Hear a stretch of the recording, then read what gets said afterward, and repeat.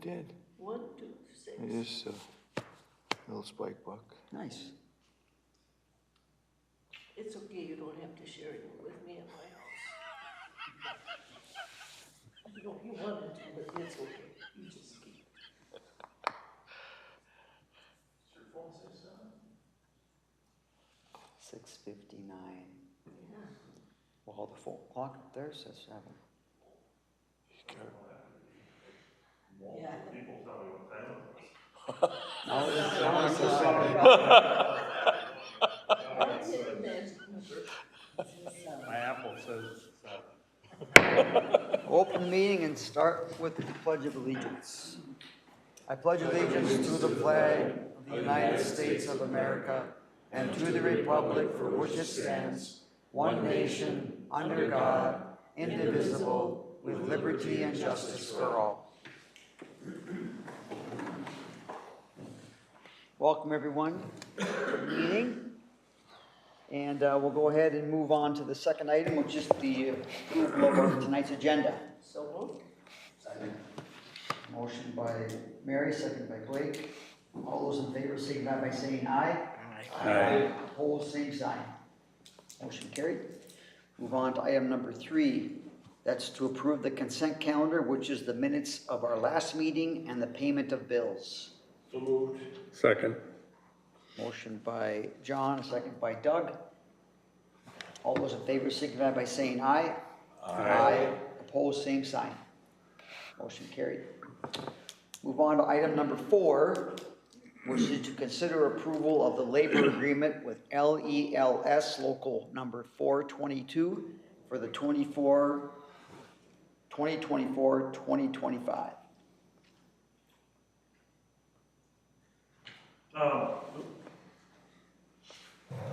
Ryan, did you talk with Tim at all today? I know he was planning on joining. Tim Gannon from LELS might be popping on here. And I asked him to, not necessarily talk specific about this labor agreement, but more about just the world of law enforcement in Minnesota. But he may be having some technical difficulties getting on, but in your packet, in addition to the full proposed 2024-25 labor agreement, I put together just a little bit of a summary with what the recommendation is coming from the Personnel Committee for LELS, which of course is our law enforcement. A new state law added Juneteenth as a recognized holiday. So we did update that as we were required to. And then basically what's being proposed for 2024 is a 6% adjustment, a market adjustment to the, to the base scale, and then a 4% cost of living. For 2025, a 4% market adjustment and a 4% cost of living. And looked at, a number of different comp communities, that we had from our market study that we did back in 2019. Also looked at where we were at with relative to Wadena County and Todd County sheriff's departments. And although we felt like we were in a pretty good place going into 2020 after the market study, we had been completed since that time. We have really slid back in comparison. Even with this, we're not the highest, not nowhere near the highest, but it puts us in the middle of the pack, just above average. I think about 60% of what that would be. So. I won't necessarily speak for, for the Personnel Committee, but, I'll speak for myself, and I think for Chief Burkholz, we want to keep the officers we have. Trying to hire in this environment is very difficult. We don't want to find ourselves in a position where we don't increase that wage, lose officers for one reason or another. Either they go somewhere else, retire, whatever, and then have to increase it later in order to hire new folks. So trying to keep the ones we have and be in a position, you know, we anticipate that we're gonna have at least one new hire coming up in the next year, or be positioned well to be able to do that. And then we also talked about another market study Mm-hmm. going forward. And I'd like to speak on behalf of my role on the negotiating committee. I was really pleased at the tenor of our officers as they came to negotiate with their union representative. I don't think that they are excessive in what they wish to have, and I too recognize the importance of keeping the officers that we have. I think we might have Tim logging on here, but yeah, it was, you know, the meetings that we did have, you know, I think everybody was, you know, very level-headed, and it was very data-driven, so. And when our officers met with us and we were coming to an agreement, they checked with all the other officers too, so that it was a consensus that, to move forward with this, that we're bringing to our council.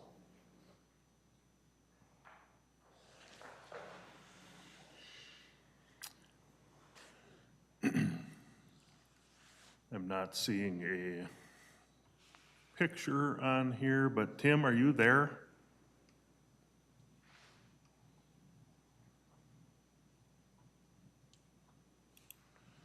I don't know if his audio is connected yet or not. But anyway, I don't know, Ryan, do you have any comments at all? No, I'm just kind of here to answer questions. Okay. Yep. So anyway, the recommendation coming out of the Personnel Committee, proposal that has been voted on by the LALS members, that's included in the labor agreement that you have in front of you, is basically that 6 and 4 for 24, 4 and 4 for 25. Addition of Juneteenth, all other language staying the same, with the exception of the dates, going from 22, 23 to 24, 25.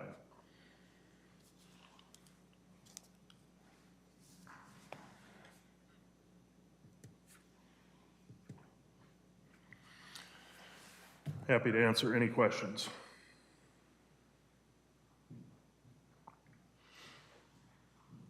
Ready for a motion? I will move the LALS contract as stated, adding Juneteenth as a recognized holiday, and the increase from 2024, 6% market adjustment to this salary schedule, 4% COLA.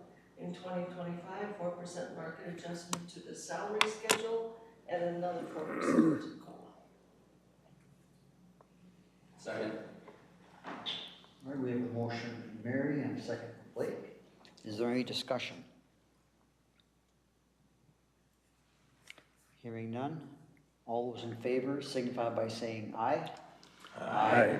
Opposed, same sign. Motion carried. All right, move on to the next item of business, which is to consider the approval of labor agreement with IBEW Local Number 31 for 2024, 2025, and non-union agreement for 2024, 2025. IBEW is our largest union as far as membership goes. It includes our 3 linemen, the 3 wastewater plant operators, and also the 3 clerical positions, our utility billing clerk, police secretary, and payroll payables clerk. So 9 total members in IBEW. So where we landed with them, addition of Juneteenth as a recognized holiday. That contract did have Columbus Day as a recognized holiday that needs to be renamed to Indigenous Peoples' Day. increase, we've had this $7.50 meal voucher. You know, people come in and work extra time, but we all know $7.50, you can't go buy a meal. And so looking to increase that up to the 15, increasing the clothing allowance by $50. And then kind of tweak the language a little bit for the office staff related to the clothing allowance to, you know, have something that has the City of Staples logo on it, so that they're recognized when interacting with people here at work. The proposal is for 2024, 4.5% COLA, 25, 4.5% COLA. And then for linemen, to add another step at year 10 and another step at year 20 of 2%. And, you know, basically what that is we get a lot of value out of the knowledge that people have that have been here, you know, as long as 10 years or 20 years. And we're not calling it longevity, but, you know, a lot of places would call it that. But we're proposal to add 2 additional steps to the lineman category. And then the non-union, in our personnel policy, we basically follow the IBEW as far as the COLAs, holidays, things of that nature.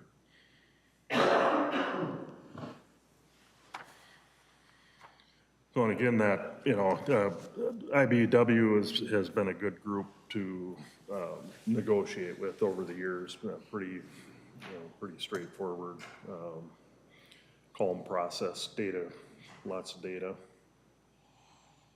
And they too came with their recommendations and worked with us as well. So I appreciated that.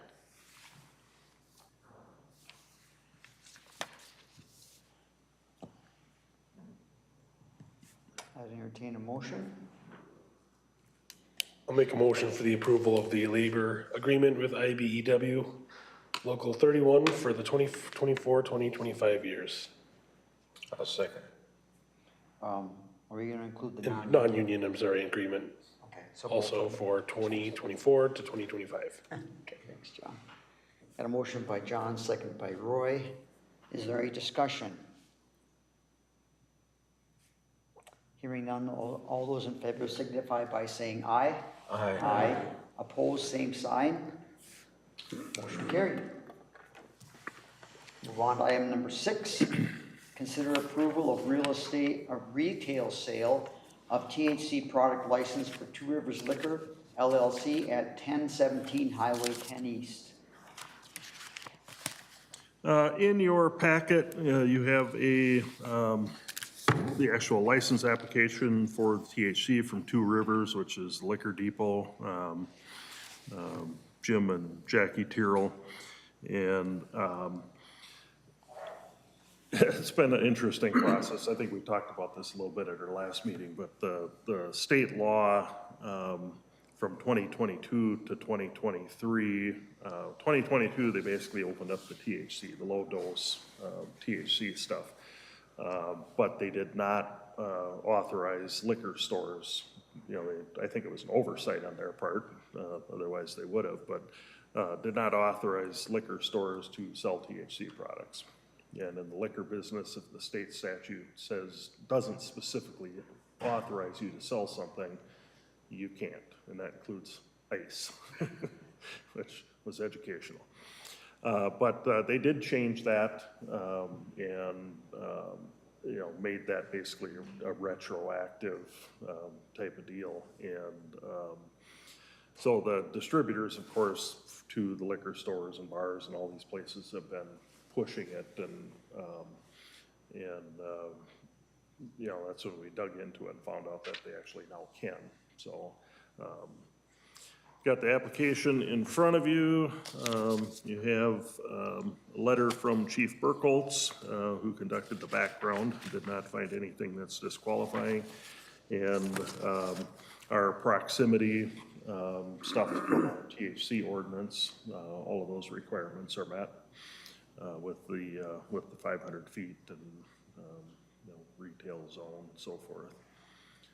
So they meet the requirements. We will have more, applications coming down the road. We know of, I guess, 3 others that, have been selling THC that need to get their license from the city, so. And again, all this, all of this kind of goes away next year when the state takes over licensing. So it'll be a temporary role that the city plays with the THC.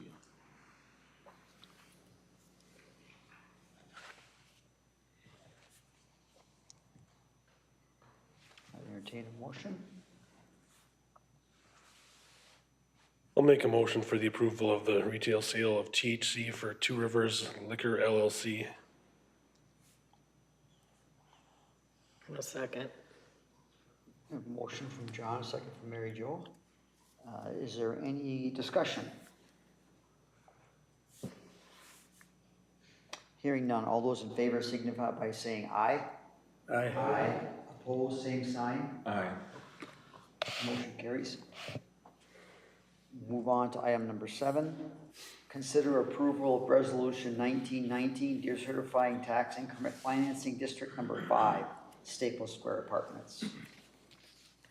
So in your packet is resolution 1919. When we do the tax increment districts, we'll have, for a housing district, you can go out, I think 25 years. We often did shorter durations, at which time we can decertify them. And Staples Square Apartments, the time is out, and so we want to decertify so that their property tax payments, get distributed out to school, the county, and the city annually. So I would recommend approval of resolution 1919. So moved. Second? Motion by Mary, second by Roy, to approve resolution 1919. Any discussion? Hearing none. All those in favor of the motion signify by saying aye. Aye. Aye. Opposed, same sign. Motion carries. Move on to number 8.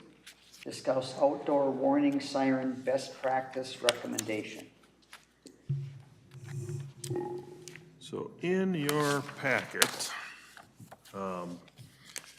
is a lot of information with, there's an executive summary and then also a best practices recommendation plan having to do with our warning sirens.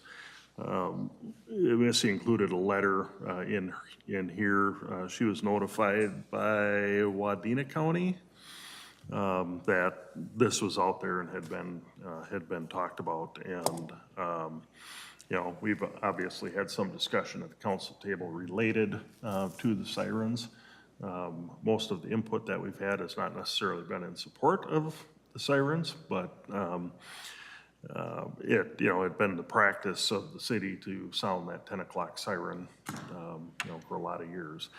The best practices recommendation basically says you don't sound the siren for anything other than a storm and for the once a month test to make sure they work. Desensitizes people to it, and so their recommendation is to discontinue sounding that siren at 10 o'clock at night. I think Chief Burkholz and I have talked about it, and we're not married to the 10 p.m. siren. Some kids get in trouble if they're not back when that siren goes off. Everybody didn't used to have a cell phone. Yeah, that's true. Yeah, that's a good point. So I don't know if any, like I say, we're if the council doesn't want to, we can keep sounding it, but the recommendations are that we discontinue it. I don't think I've heard the 10 o'clock siren for 6 months or more. Anyway, it just never blows. Because you're in bed? No, it's because- up until about 3 weeks ago, I was sitting on my deck every night and it never blew. So, never heard it anyway. So, I thought maybe we'd quit it a long time ago, to be honest with you. There you go. But, As far as I know, I try to be in bed by 10, so. yeah. They, yeah, I don't know, is this something new or that just came around or has it been out there for a while or? That's a 2023 best practice, Yeah, so. I guess I couldn't say if it's been in there in the past, because this is the first time I've sat down and read the best practices of siren use. But the consensus in our group when we met was just that it causes siren fatigue is what they're calling it, and they want to focus on getting people to only hear the siren in emergencies and storm-related yeah. or civil defense. I guess, well, I'm not gonna argue and wait for it or against it, but I guess I'm make a point here is that it's one more time that the siren blows that somebody might hear it and if it doesn't blow, then it's, you know, in a form of a test. It's a short blast, it's what, 30 seconds or whatever. You might hear it going up and down. I always kind of looked at it that way as one more way of determining that it's working. But it's, I guess it's end of an era, but my son lives in St. Michael, and Hanover blows theirs 3 times a day, still blow it at noon and 6 and 10, you know, Farm country. so. And I think, We were talking about this, Tara was Yeah, telling me Hewitt or that Topeka does too. Hewitt always did the noon and, you know, lunch and dinner whistle. yeah, we used to, Staples had noon and 6 and 10 all the time I'm growing up, but, yeah. I make a move that we dissolve it. I'll second. Okay, we got a motion by Mary Jo, second by John to discontinue the use of the warning siren for the 10 o'clock. Is that the right Curfew, yeah. curfew?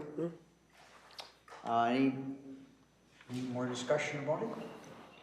Hearing none, all those in favor signify by saying aye. Aye. Opposed, same sign. Motion carried. All right, we'll move on to committee reports. Public Works Commission.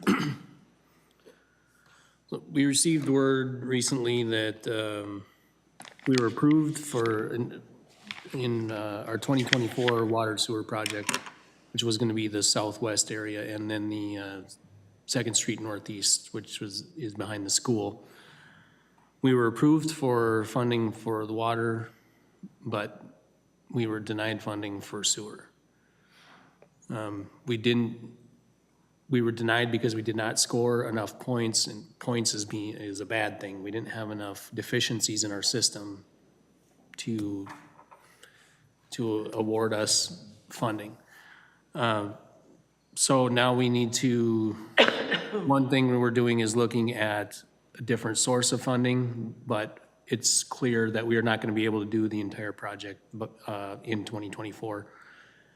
We do have some critical areas that we need to address. On the south side, we have a section of sewer main that is plugged by roots. Then, I mean, it's getting very near to the point where it's just not going to flow wastewater. So we need to address that in 2024.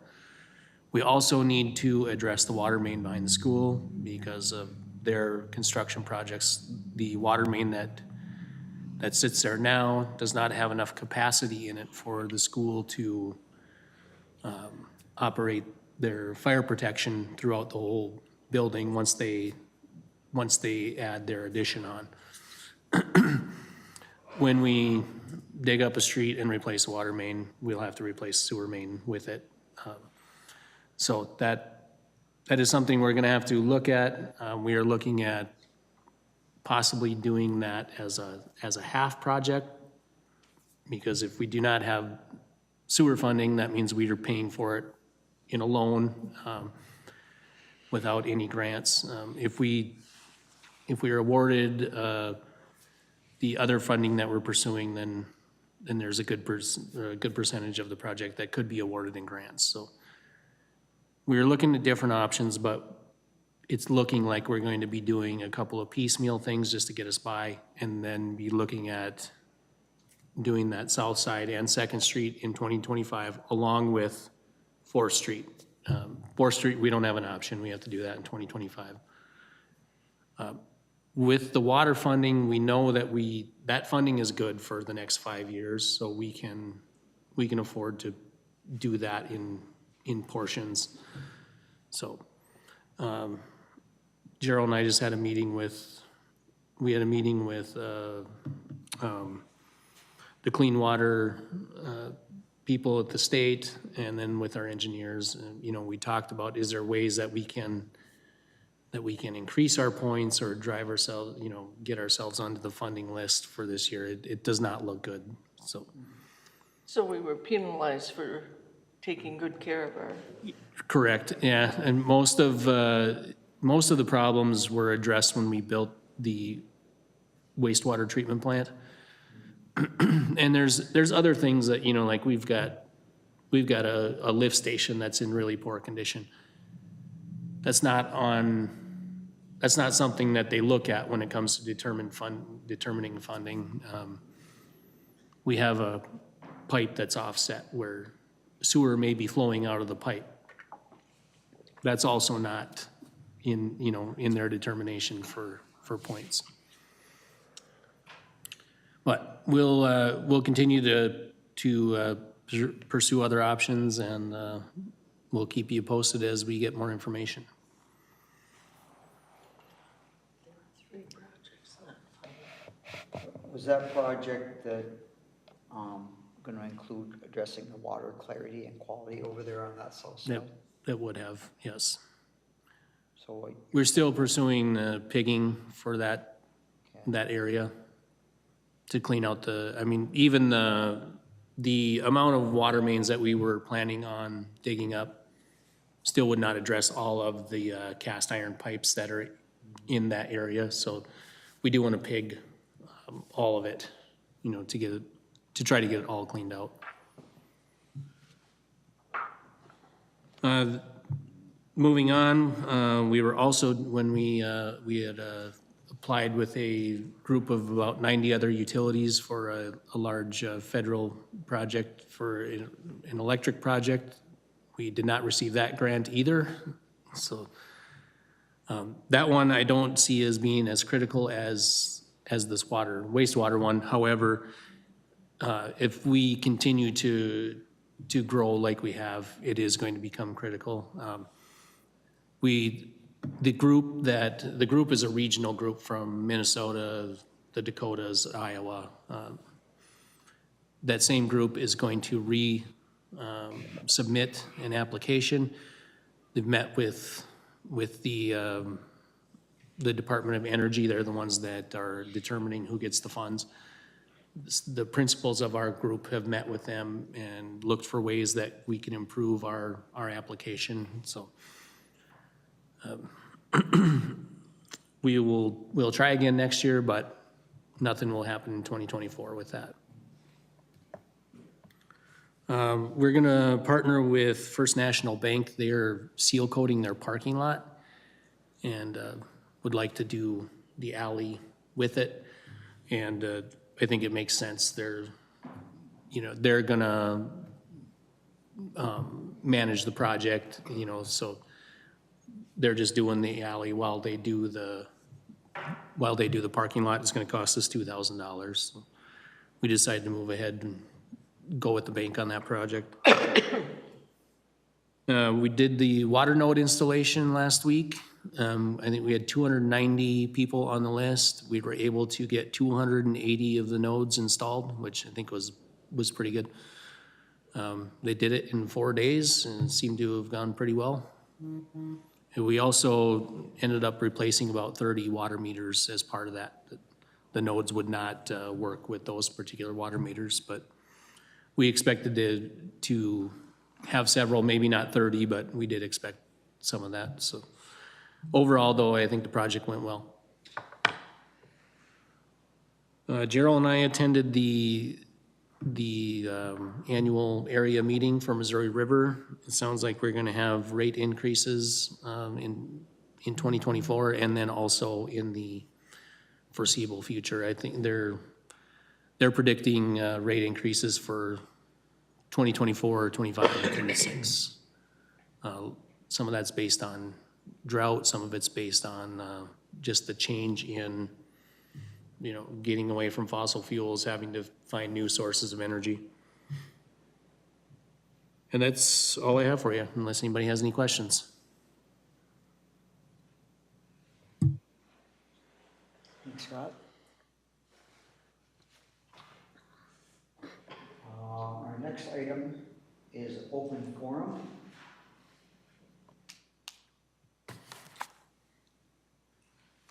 I see Tim Yeah. up there. Tim, can you hear us? I can, I'm sorry, I had this scheduled for 7:30, I apologize. Oh, that's all right. Anyway, we're done. The labor agreement was approved, but, you know, I think the topic is probably still of value and educational if you want to take just a few minutes and kind of talk about you know, the world of law enforcement and some of the challenges that folks are dealing with and kind of the realities on the street. Absolutely, you can hear me okay? Yes, we can. Okay, so just a little bit of background on myself. I was in law enforcement for 27 years in the Metro, the last 5 years as a police chief. I joined LALS as a business agent about 2 years ago. And I can tell you, I know there's a lot of experience on the council, but I have never seen this type of law enforcement environment before, as far as the recruitment and retention of officers. Like I said, I was with my same agency for 27 years. That's not the norm any longer. This generation, this group of officers can move from agency to agency. So it's very important, I think, to keep contracts very competitive and keep officers where they belong within the city. There's a lot of continuity with the police officer group right now in Staples, and I like to see that, and I'm sure you do as well. So it's a very competitive market. It's a very unique market I've never seen before. When I joined the career field in the early 90s, I would interview with 300 or 400 officers for a potential one spot. That doesn't happen anymore. There's very few officers for a lot of spots. So I think what the city has done is being proactive as far as a very competitive contract. I think it's well worth the money spent. And I think you have a real good group of officers that are working right now within the city, which I'm sure you agree with. But that's kind of that in a thumbnail sketch as far as what the environment is like. But I can field any questions anybody might have for me.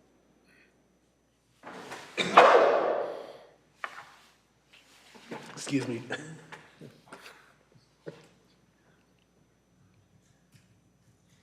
No questions? All right. Well, thanks, Tim. Again, I apologize for the delay, but I appreciate you listening to me and please have a good evening. All right, thank you. You too. All right, we'll move on to open forum. Is there anyone that would like to speak at open forum this evening? I just want to thank the council for the support that you've shown us, and like he said, it's been a very challenging last few years.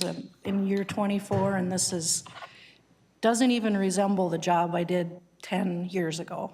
And so the people we have working here are outstanding, and I'm glad to lead them and proud of them, and they keep showing up, and your support helps. So thank you. I would just like to thank the council. Our meetings were productive. They were courteous. It was great negotiating with everyone. I know all the members really appreciate that the meetings can be as open as they are, and we can talk things out. And, it was very productive meetings, so we really do appreciate that. Thank you.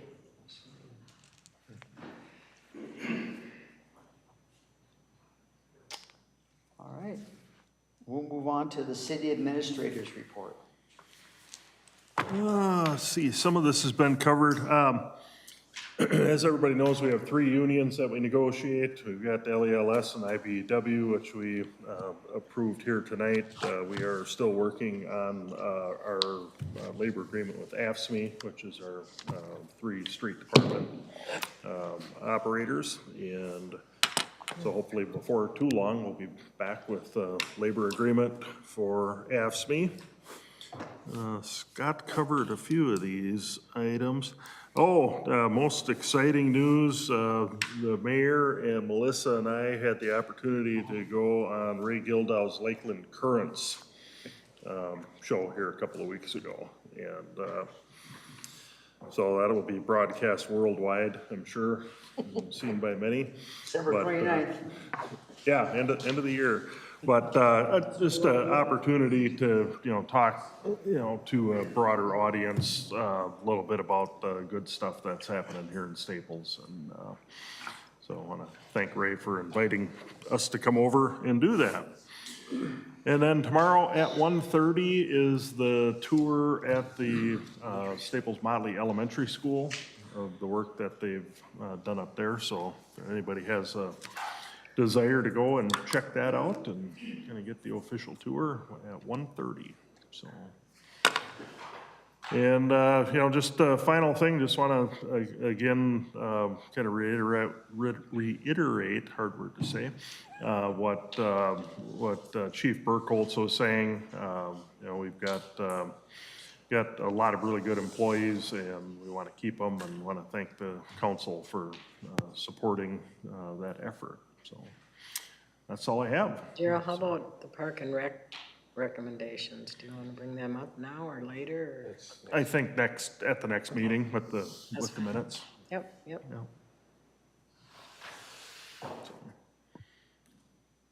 That's all I have. We adjourn then. Motion from Roy and a second from John to adjourn. All those in favor signify by saying aye. Opposed, same sign. Meeting adjourned.